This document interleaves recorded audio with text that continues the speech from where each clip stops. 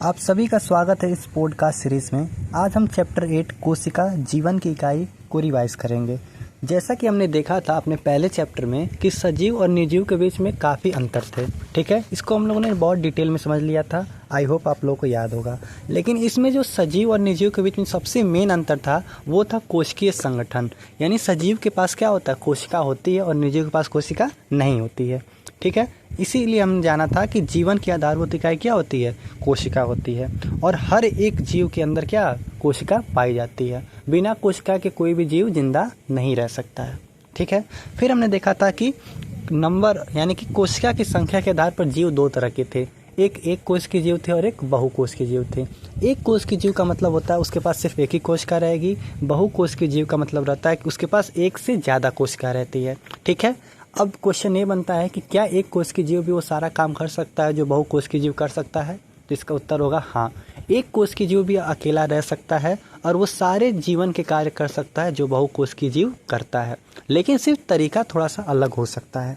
ठीक है, फिर हमने देखा कि कोशिका क्या होता है, मूलभूत रूप से संरचनात्मक व क्रियात्मक इकाई होती है हमारे जीवन की। संरचनात्मक क्यों हम बोलते हैं, क्योंकि हमारे शरीर यानी कि जो भी जीव का शरीर होता है पूरा का पूरा कोशिका से ही मिलकर बनता है। ठीक है, फिर हमने देखा था कि क्रियात्मक इकाई इसलिए हमने बोला क्योंकि हमारे शरीर के अंदर जितने भी कार्य होते हैं वो अंततः देखा जाए तो सिर्फ और सिर्फ कोशिका में ही होते हैं। ठीक, फिर हमने देखा कि कोशिका का सबसे पहले किन्होंने देखा था, कोशिका का आविष्कार किसने किया था, रॉबर्ट हुक ने। कौन से साल में, 1665 में। फिर उसका से कोशिका को जीवित यानी जीवित कोशिका किसने देखा था, एंटोन वॉन लीeuwenhoek ने देखा था। उसके बाद हमने देखा कि केंद्रक का आविष्कार किसने किया था, रॉबर्ट ब्राउन ने किया था। ठीक इसके बाद से अपना अगला टॉपिक था कोशिका सिद्धांत। कोशिका सिद्धांत देने वाले दो वैज्ञानिक थे, मैथियस स्लाइडेन और थियोडोर स्वान। मैथियस स्लाइडेन 1838 जर्मनी के वैज्ञानिक थे। ठीक है, उन्होंने क्या किया था, यह एक वनस्पति वैज्ञानिक थे। इन्होंने वनस्पति में क्या किया, रिसर्च चालू किया। इन्होंने पाया कि जितने भी वनस्पति हैं वो किससे मिलकर बने हुए हैं, कोशिका और कोशिका के उत्पाद। कोशिका का उत्पाद क्या होगा, जैसे कि उत्तक, इन सभी चीज़ों से मिलकर हमारा पूरा पादप बना हुआ है।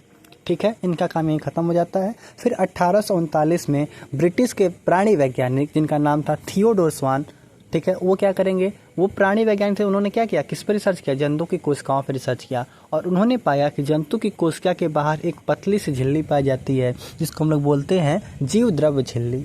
ठीक है, फिर उन्होंने सोचा कि चलो हम अब पौधों के अंदर भी देखते हैं। तो उन्होंने पादप की कोशिकाओं को पकड़ा, उसको क्या कि उन्होंने रिसर्च किया और पाया कि पादप की कोशिकाओं के बाहर एक और परत पाई जाती है जिसे हम लोग बोलते हैं कोशिका झिल्ली।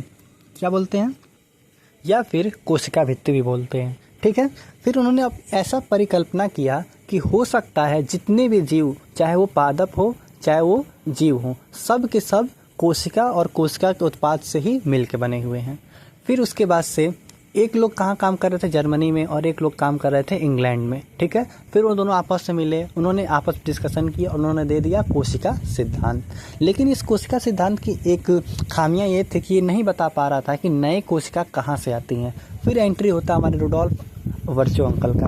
उन्होंने बताया, उन्होंने एक ऐसा स्टेटमेंट दिया, ओमनिस सेलुला ई सेलुला, जिसका मतलब होता है कि जितने भी नए सेल्स हैं वो सब के सब पुराने सेल से ही बनते हैं। फिर इन तीनों ने मिलकर कोशिका सिद्धांत को पूरी तरह से कंप्लीट कर दिया और लास्ट में 2 पॉइंट हमको मिला। पहला पॉइंट कि जितने भी जीव हैं सब के सब कोशिका और कोशिका के उत्पाद से मिलकर बने हैं, और दूसरा जितनी भी नई कोशिकाएं हैं सब के सब पुरानी वाली कोशिकाओं से ही मिलकर बनती है। किसके द्वारा, कोशिका विभाजन के द्वारा। फिर जैसा कि एक एक्सपेरिमेंट दिया गया था कि हम एक प्याज का छिलका ले रहे थे और एक हम गाल का कोशिका ले रहे थे। दोनों को हम किस में देख रहे थे, वो क्या बोलते हैं, सूक्ष्मदर्शी में हम देख रहे थे। तो हमने क्या पाया कि जो पादप कोशिका थी यानी कि प्याज का जो कोशिका था उसके बाहर एक परत थी जिसको कोशिका भित्ति कहते हैं, जबकि हमारी जो गाल की कोशिका थी उसके बाहर क्या थी, जीव द्रव्य झिल्ली थी। यानी कि हम इससे ये पता कर सकते हैं कि जो जीव होते हैं उनके बाहर, जीव में कौन से जो जानवर होते हैं, इन लोगों के कोशिका के बाहर कोशिका भित्ति नहीं पाई जाती है, जबकि पादप में कोशिका भित्ति पाई जाती है। हमने इस एक्सपेरिमेंट से ये कंक्लूजन को निकाला था। फिर हमने देखा था कि कोशिका भित्ति के अंदर होता है जीव द्रव्य झिल्ली, जीव द्रव्य झिल्ली के अंदर होता है जीव द्रव्य, और जीव द्रव्य के अंदर पाया जाता है केंद्रक। केंद्रक के अंदर होता है क्रोमोसोम और क्रोमोसोम के अंदर होता है डीएनए।